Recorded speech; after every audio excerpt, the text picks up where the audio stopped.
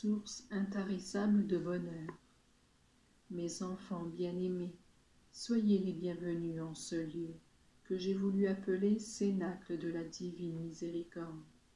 En ce jour où ce divin attribut se révèle à vous dans l'image de deux de vos frères qui, après avoir péché, sont devenus l'un la pierre de fondation de l'Église et l'autre l'apôtre des gentils. J'ai beaucoup de joie au cœur en vous exprimant ces brèves pensées, parce que je suis sûre que vous saurez en tirer grand profit pour votre vie spirituelle. Le Seigneur aime toutes les âmes, vous le savez, et il rappelle tout le monde au bien, avec une grande sollicitude et selon les modes les plus divers. Pour Pierre, le parjure, il suffit d'un regard pénétrant et sévère pour qu'il se repentît de son péché et le pleura durant des années et des années.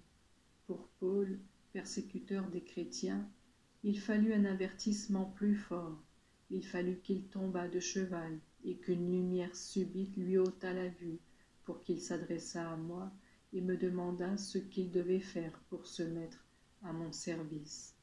Dieu rappelle les errants sur la voie du bien, et tel un bon père qui connaît ses enfants et sait comment ils doivent être éduqués, il choisit pour chacun de vous ce qui est le meilleur.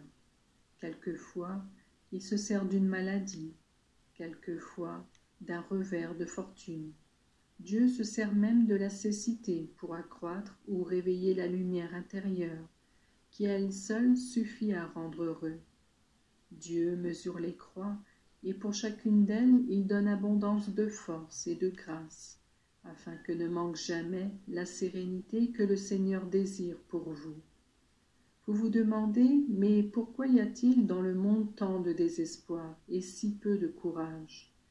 Mes enfants, il manque la foi qui vous ferait voir dans la douleur un appel plein d'amour à vous approcher toujours plus près de Dieu, de moi qui vous parle. Je désire faire nôtre toutes vos douleurs. Je désire vous donner tout à la fois consolation et mérite. Je désire que, par votre réponse à mon appel, se réalise non seulement votre salut, mais encore celui d'autres âmes très nombreuses, vers lesquelles vous étendrez votre apostolat. Être apôtre, c'est votre devoir de chrétien. Vous, à qui il a été octroyé une mesure surabondante de grâce. Être apôtre de l'Église, puisque vous êtes vous-même l'Église. Ne vous troublez pas, quel qu'ait été votre passé. D'un Pierre parjure, j'ai fait le premier pape. Et pourquoi ne devrais-je pas vous pardonner à vous aussi? Quelle que soit votre situation présente, ne craignez pas de ne pas savoir la résoudre, de ne pas pouvoir briser tous vos liens de péché. Moi, je suis votre Dieu. Il faut seulement que vous entendiez l'appel, que vous répondiez avec décision en donnant tout pour tout. Vous donnerez le tout que sont vos misères, et vous recevrez le tout qu'est votre Dieu avec sa grâce et sa joie. L'important, c'est que vous soyez décidés et qu'à l'exemple de mes deux grands apôtres, vous changiez de vie et décidiez de rompre avec le péché. Mais il y a aussi parmi vous des âmes simples et des bonnes qui voudraient faire beaucoup, faire davantage. À celles-là, je dis, quel que soit votre état de santé et votre possibilité d'action, regardez en haut et élargissez vos désirs aux dimensions de la terre. Sachez que tout désir est une réalité pour celui que vous aimez. La parole vous reste à la gorge et vous voudriez la faire parvenir jusqu'aux extrémités du monde. Eh bien, sachez que vos anges gardiens agissent pour vous, et que sur les ailes de l'amour, ils répandent partout de saintes pensées et de sublimes aspirations. Toi, tu es dans ton petit lit et tu voudrais voler pour rejoindre toutes les âmes. Reste tranquille, prie et aime. Ainsi tu réponds à l'appel de Dieu, et ton ange gardien porte tes intentions et tes désirs le long des routes du monde. Si l'incompréhension, la calomnie, la médisance ou la critique blessent le cœur de certains de mes enfants, moi je leur dis, ne vous troublez pas. C'est l'appel et c'est uniquement par ces moyens que le Seigneur vous désarçonne, c'est-à-dire qu'il vous fait voir comment dans l'humiliation vous vous rapprochez davantage de Dieu et comprenez la nullité de l'estime et de l'honneur du monde.